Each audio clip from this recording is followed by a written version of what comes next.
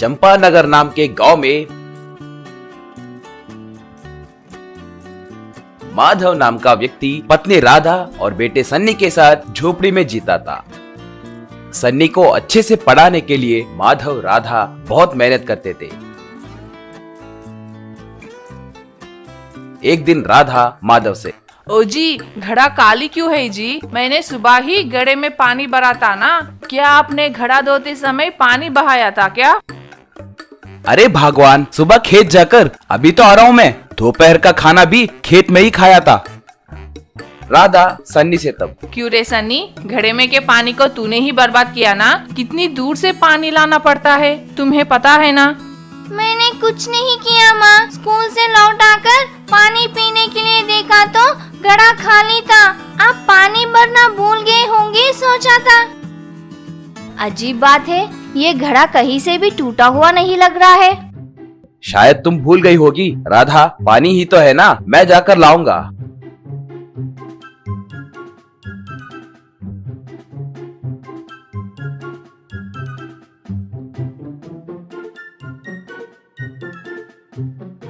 दो दिनों के बाद राधा, ओ जी, आज फिर घड़ा खाली हो गया है जी। शायद मटके से पानी टपक रहा होगा री, एक नया मटका खरीदेंगे।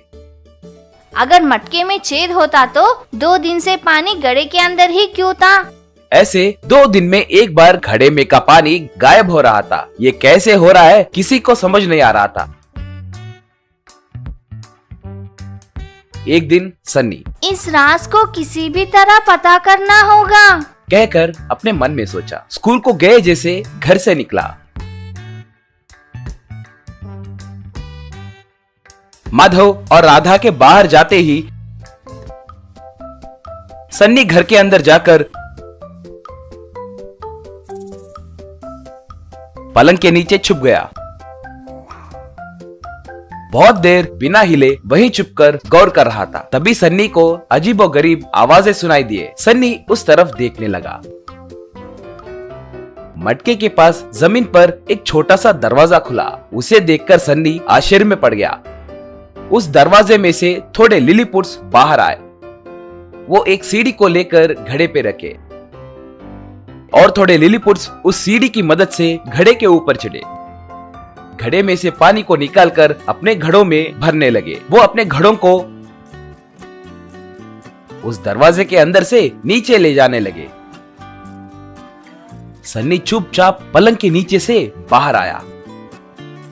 जब दरवाजा बंद होने ही वाला था, तब आखिरी लिलीपुट को पकड़कर सन्नी उस लिलीपुट से, तुम्हारी कितनी हिम्मत, हर दिन मेरे घर में से ही पानी चोरी करोगे क्या? मेरी माँ इस पानी को कितने दूर से लाती है, पता है क्या तुम्हें? मुझे छोड़ दीजिए, मुझे छोड़ दीजिए। तुम्हारे घर के नीचे ही हमारा लिलीपुट राज है। मेरे साथ आओ, मैं तुम्हें सब दिखाऊंगा। वो ऐसे सन्नी को अपने साथ उस दरवाजे को खोलकर जमीन के नीचे ले गया। उस राज्य को देखकर सन्नी दंग रह गया। वहाँ राजभवन के जैसे एक छोटा सा महल था। उसके आगे एक छोटा सा स्विमिंग पूल भी था। उस स्विमिंग पूल में स्लाइड्स भी थे। उसके अंदर लिलीपुट्स खुशी से उछलते हुए, तैरते हुए खेलने लगे और स्लाइड्स के ऊपर से फिसलने लगे।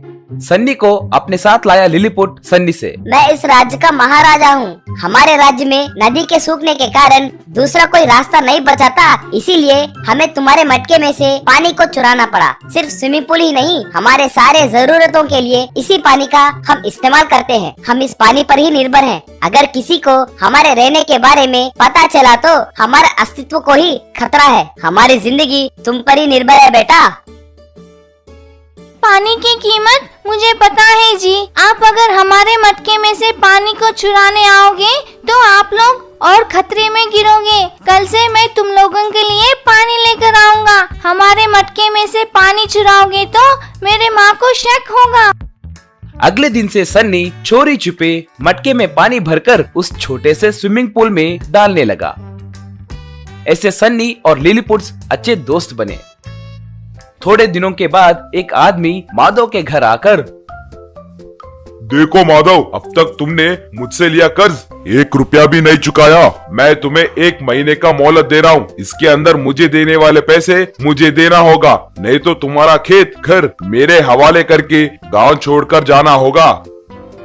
ये क्या जी, अग्रीमेंट के प्रकार और 2 महीने का समय है ना। वैसे मैं ठीक समय पर ब्याज तो भर रहा हूँ ना, ऐसे किए तो कैसे जी।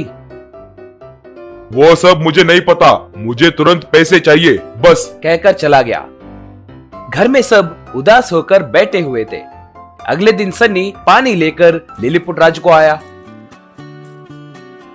सन्नी क्या हुआ, ऐसे उदास क्यों हो? सन्नी उसे जो बीता वह सब बताया। अरे रे, इतनी सी बात के लिए इतना क्यों परेशान हो रहे हो? कहकर बोरियां भरकर उसे सोना दिया। इससे आपके सारे परेशानियां दूर होंगी। हमारे लिए तुमने इतना किया ना, तो तुम्हारे लिए कम से कम छोटी सी मदद करना हमारी जिम्मेदारी है। सन्नी उन्हें नमस्कार किया। सन्नी उस सोने को लेकर अपने पिता को देकर सब कुछ बताया। माधव उस सोने से अपने खेत को छुड़वाकर सारे कर्ज चुकाकर एक अच्छा घर बनाया। सन्नी हर दिन लिलीपुट्स के लिए पानी ले जाकर उनसे खेलने लगा।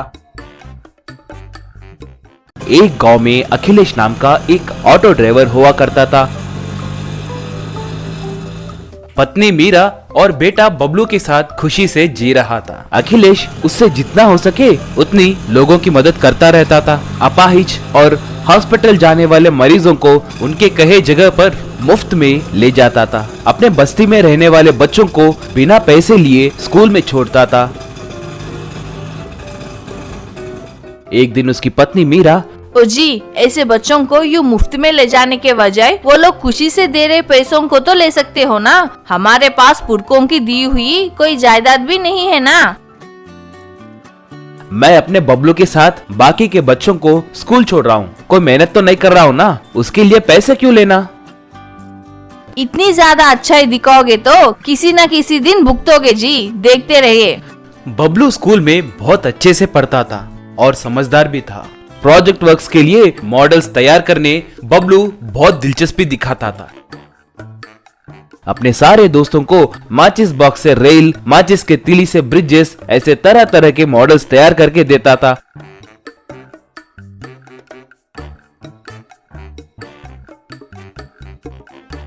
स्कूल में आयोजन करने वाले हर प्रतियोगिताओं में वो ही पहला इनाम जीतता था। क्योंकि अखिलेश हरदम लोगों की मदद करते रहता था तो लोग उसकी प्रशंसा करते रहते थे। मगर ये बात अखिलेश के दोस्त राकेश को बिल्कुल पसंद नहीं था। ऊपर से वो अखिलेश के साथ बहुत अच्छे से बात करता था, मगर अपने मन में इसके समाज सेवा के वजह से हमारा धंधा नहीं चल रहा है, ये अपने आप को बड़ा हीरो समझता है। एक बार सारे ऑटो ड्राइवर्स मिलकर अखिलेश का सम्मान किए। वो देखकर राकेश ईर्ष्या से जलने लगा और राकेश कुछ भी करके अखिलेश की जिंदगी को बर्बाद करने के लिए सोचने लगा। एक दिन ऑटो स्टैंड में रहे अखिलेश के ऑटो को राकेश एक लॉरी से ऑटो को टक्कर मारकर चला गया। वो ऑटो चकनाचूर हो गया। फिर राकेश मासूम बनकर अखिलेश के घर आया। कितना बड़ा अनर्थ हो गया है रे, तुम्हारे ऑटो को लॉरी ने टक्कर मारा है, अब तुम्हारा ऑटो किसी काम का नहीं है रे। ये बात तुमसे कहते हुए मुझे बहुत अफसोस हो रहा है। वो सुनकर अखिलेश गश्त खाकर नीचे गिर गया।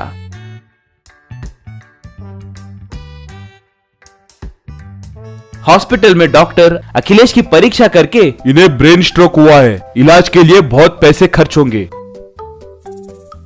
भैया मुझे बहुत डर लग रहा है, क्या करूं, कुछ समझ नहीं आ रहा। तुम चिंता मत करो बहन, सारे खर्च मैं देख लूंगा।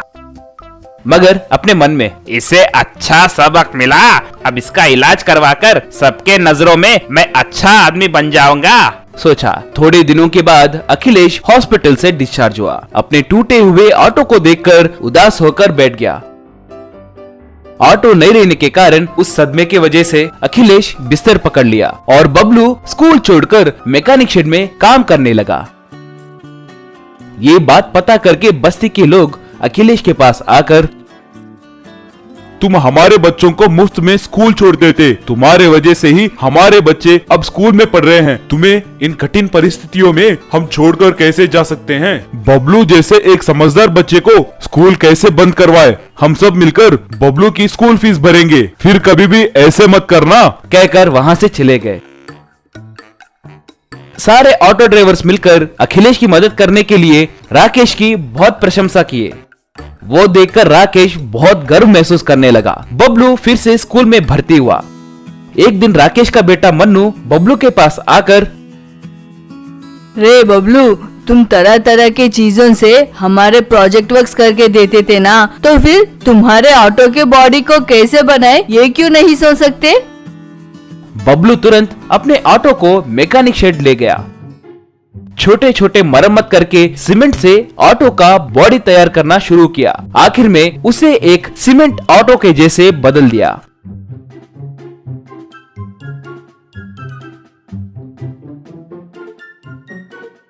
बबलू सीमेंट ऑटो चलाते हुए अपने घर आया। सीमेंट ऑटो को देखते ही अखिलेश की जान में जान आई और वो उठकर खड़ा हो गया। थोड़े दिनों में ही वो पूरी तरह से ठीक हो गया। अखिलेश हरदम के जैसे ही सीमेंट ऑटो चलाते हुए बच्चों को स्कूल ले जाने लगा।